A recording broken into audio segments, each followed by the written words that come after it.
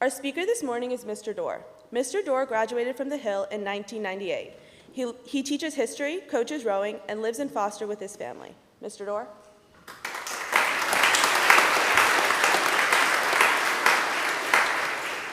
Good morning. Our school's motto, we just sang about it. It comes from Philippians 4:8 in the Bible. The King James Version reads, "Finally, brethren," you've heard this, "whatsoever things are true, whatsoever things are honest, whatsoever things are just, whatsoever things are pure, whatsoever things are lovely, whatsoever things of good report, if there be any virtue and if there be any praise, think on these things." I'm going to tell you some things that are true. They happened. I was there. We are going to figure out if they're praiseworthy, to say nothing of just and pure, lovely, or of good report. My first teaching job was in Southwest Detroit. I stood in front of a class of 35, 36 fourth graders, tie loosened, sleeves rolled up, ready to change some worlds. I was young, idealistic, and energetic. I was also 3 weeks late to the start of the school year, incompetent, inexperienced, and an outsider. Sure, I worked hard. I tried, maybe I even tried my best. But those kids didn't really need me. They needed someone who spoke Spanish. They needed someone who had done student teaching, someone who knew their community. They didn't need a white savior. Rachel Smith, a student in Chicago in 2012, somehow wrote a poem about me, even though we've never met.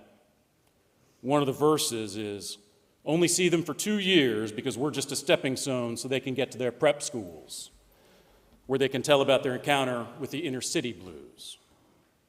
Those kids needed a better teacher. They needed a tax base. They needed criminal justice reform. They needed grocery stores.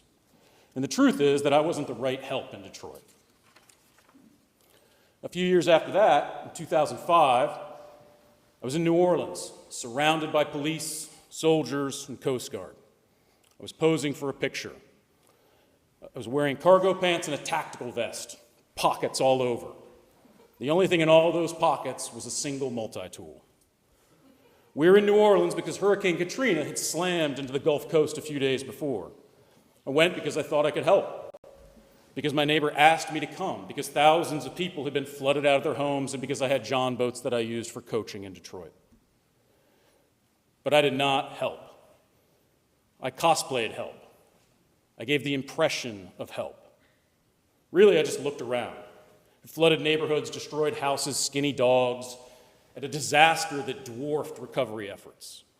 I was embarrassed that no one needed me and embarrassed that I wanted to be needed.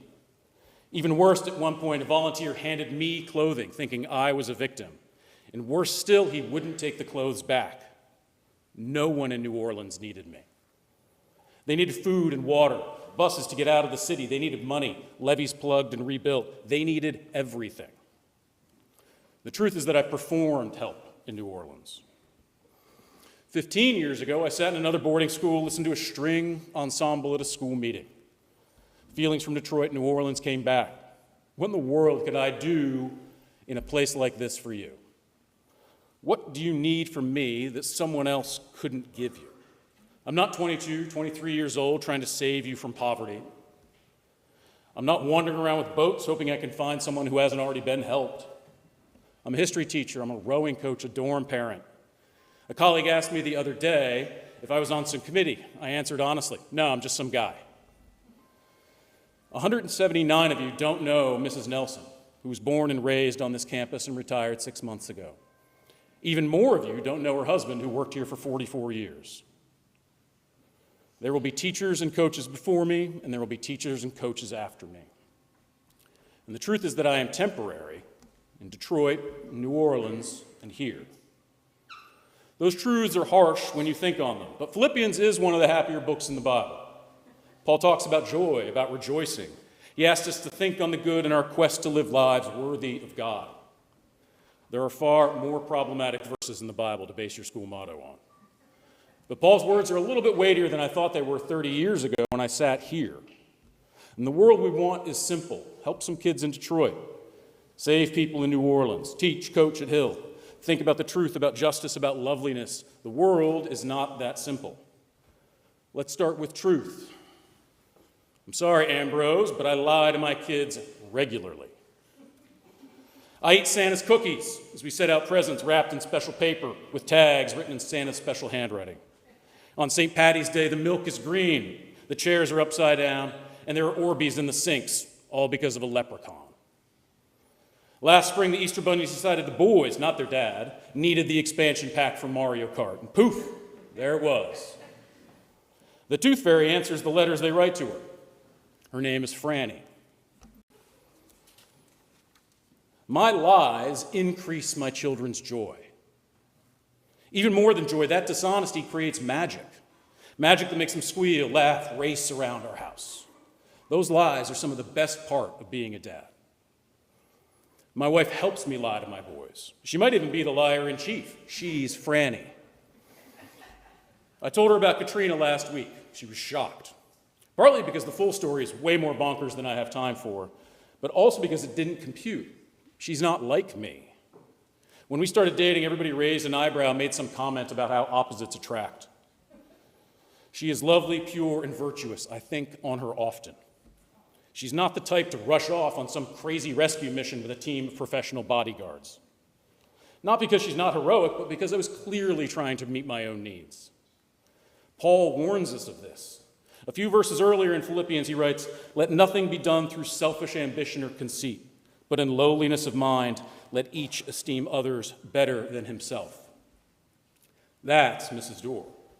Over the course of a career as a counselor in public schools and independent schools, she has never made it about herself. Far more important than a career, just watch her with my kids. My empathy in Detroit and New Orleans left me flailing. But she offers compassion. My empathy still leaves me flailing as a dad sometimes. And she offers space for our boys to be themselves, for everyone to be themselves. And the truth is that empathy is not always a virtue. It can exhaust us, it shifts the focus onto ourselves. I never would have been able to house a student who couldn't go home because home was unsafe. Mrs. Doer did. She steps aside and offers space. And that's what she models with my boys, with the students she'd see, with the strangers who know they can somehow pour their hearts out to her. She creates distance, and in that distance, those in her presence are empowered. And then she asks the question that I never asked in Detroit or New Orleans. Now what? Now what about my kids in Detroit? Sometimes I'd take a few of them to a rowing practice, bundle them up in Lost and Found, and bring them out on the river while I coached. One of those students tracked me down last spring. She told me that boat ride gave her a glimpse of another world, a world she didn't even know existed. I remember doing it, not much beyond that. Even her name took me a minute. All I did was show her something I liked, and, if I'm being honest, the whole reward system of boat rides was a desperate attempt to incentivize them. It wasn't a lesson, no phonics or multiplication tables, no accelerated reader tests. She's been trying to find goodness in her life ever since, all because she got a glimpse of that larger world during an unbelievably hard time in her life. It stayed hard for a long time, and yet this fall she's taking classes at the University of Michigan. Now what about Hurricane Katrina? My former neighbor has a fundamentally different memory. He saw suffering, so he packed up some stuff, called me and a few other guys, drove for 24 hours, handed it all out, and came back. Never mind that it wasn't much. We went, accomplished a task, and left. Simple as that. Go where you're needed. That's why it provides free security to survivors of domestic violence in Detroit. For Paul, those things that are true, noble, pure, right, lovely, admirable, excellent, praiseworthy are manifestations of God. But we are human. I told you things that are true, but their truth is messy and complicated. Paul gives us a way through this mess. It's at the end of chapter 4:8. Just one little word. One little word that shows Paul is following his own advice and putting others first. One little word that offers up space, just like Mrs. Doer. If there be any virtue and if there be any praise, think about such things. If is an invitation. If is empowering. If means we get to choose. We decide if there is excellence. We decide if something is praiseworthy. And then, if we're brave enough, we ask, now what? It would be much easier if Paul had only told us, here's a list of good things, go think on them. But he didn't. He said, if we decide, and deciding is hard. It is not blind optimism. It is not slapping a smiley face on reality. It is the slow, hard work of sorting and figuring out meaning in the middle of a messy life. Those little INGs on the end of sorting and figuring are very, very important. They nudge us into the present tense. I haven't figured out the truth of these stories. I'm doing the figuring right now in front of you. Paul's if gives us freedom, not just to choose, but to sit in the present tense as we go about the choosing. I don't know if I made a difference in Detroit, but I'm thinking on it. I don't know what making a difference means, but I'm thinking on it. If means uncertainty and ambiguity, but that's okay. That uncertainty is a gift, a kind of now what? A gift of finding in the present whatever is true, noble, right, lovely, virtuous. I know my wife is all of those things. Maybe Detroit is. Maybe New Orleans is. Maybe my wild boys who believe in magic. I get to choose what those things mean to me. So do you. That is true. Now what?